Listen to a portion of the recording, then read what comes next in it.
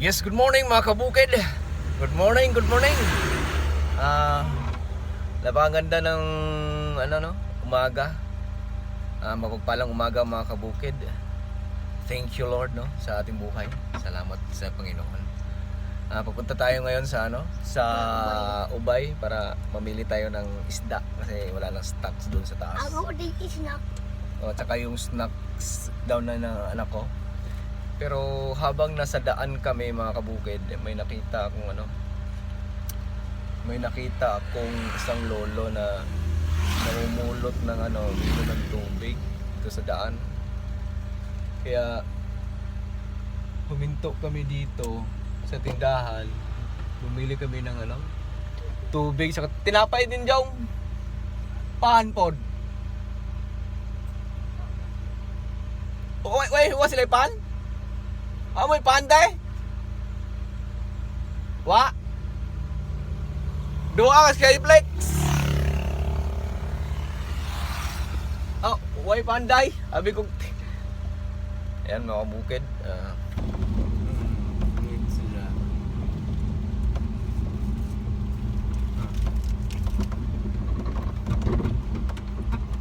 Tay! Isa man ka! Tay! Isa, tay! Tay! Tay!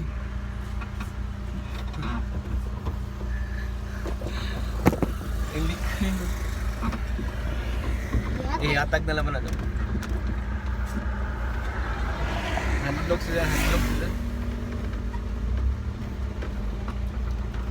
Ikala na ulit mo sa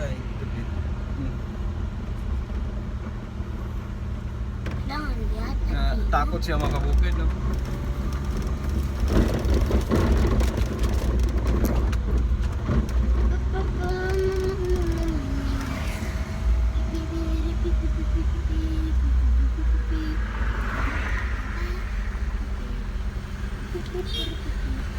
Tay! Ayaw malatas, ligisan ka.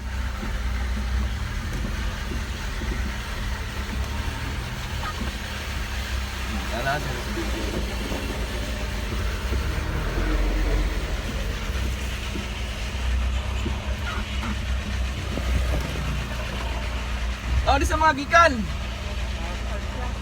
Taas sa mga siya. Ano nga lang ko nga. Ikaw na ka? Na-play na.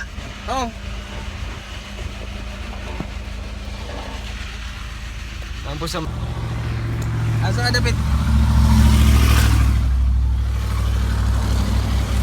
dapit Alicia tay. Di sa pamangkagikan asa ka padong day. Bauli ka? Maka mauli day. Asa mo ka uli? Asa man dapit? Sakay na laman. Bakit ko niya ito? Yes mga kabukid, kita po natin si tatay na kaya nakita ko siya kasing nasa daan tapos namumulot ng mga basura, tapos may ininom siya na yung tira na bottle na tubig na pinulot lang niya. Kaya bumalik tayo para bigyan si tatay ng tinapay saka tubig. Tinanong ko si tatay pero hindi man siya sumasagot na kaya sabi ko na lang pasakayin ko sana, ihatid ko sa kanila. Hindi na taga-Lisang na daw? Kabatang daw siya. Papunta naman kami dito, hindi naman sumakay si tatay. Kaya sabi ko, sige tay, kung makita natin susunod yun si tatay, tanungin natin kasi hindi siya nasagot, parang walang pa si tatay. Hindi pa siguro kumain anong minano niya. Kaya tayong mga kabukid, swerte tayo mga kabukid kahit ganito tayo hindi tayo mayaman,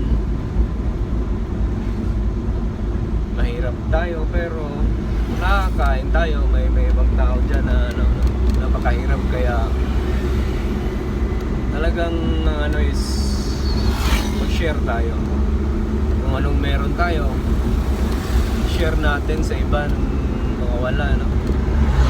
Yun ang pinaka-importante, kasi yun ang hindi nababayaran ng pera, yung ano, yung mag-share ka kung anong meron ka.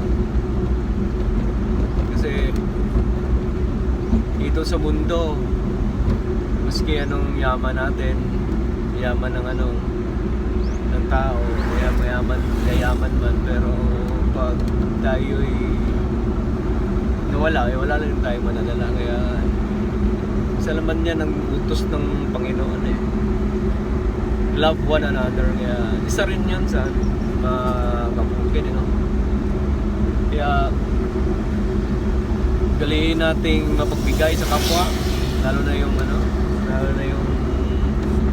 walang wala, no? Mga kabukid.